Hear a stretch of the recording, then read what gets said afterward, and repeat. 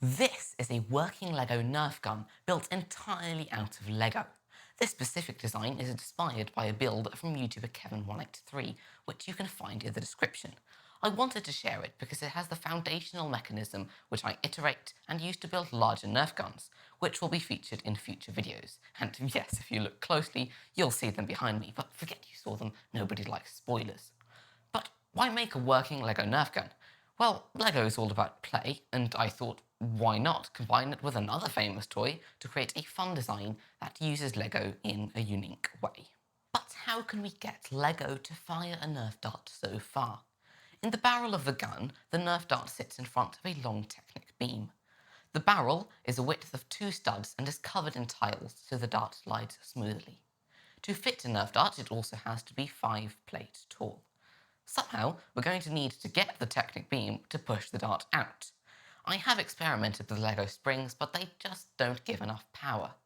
One way to give plenty of power is with elastic bands. I have a giant box of them here. Don't ask why. The elastic band is threaded through one of the holes in the Technic pin near the end. Both ends of the band are attached to these Technic pins on the sides as well. Now, I know they look a little unsightly, but I'll fix that in a future video. And it works. If I pull back the firing pin, the dart goes quite far when I let go. If you are building a design like this at home, don't fire it until everything is secured. You don't want the gun disassembling itself in your hand. At this point, even though it works, the dart doesn't fire straight.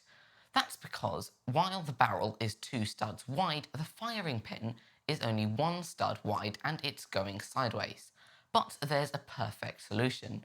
These half-stud wide Technic beams can connect to the front of the beam with pin connectors, and now the firing pin fits like a glove.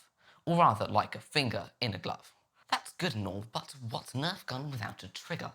The trigger mechanism was probably the hardest challenge for me in this build.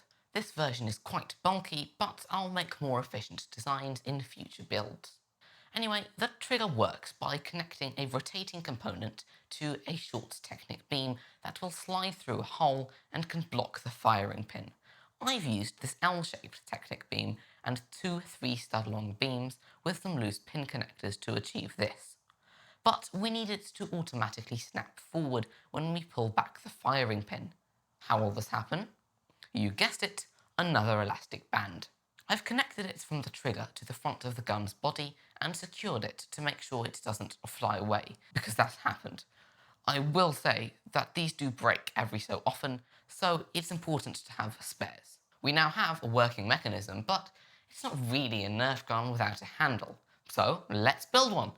There's a bunch of different ways you can make a handle, but this one's quite nice on this small gun.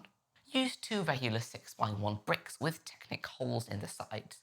Next, attach Technic pin connectors like this. After, we need to build the handle itself. Use 2x1 bricks with holes. Put 2 of them next to each other, like so. Add a brick or 3 plates on top of them. We'll need 1 more plate on top of that. Finally, we can add 2 more of the 2x1 bricks with holes on top, but offset by 1 stud. We can attach that to the 1x6 bricks, like so, and voila! Here is the finished attachment point for the handle. Let's put it on the gun. Now, we can add the rest of the handle. Finally, the gun is functional. Let's give it a test.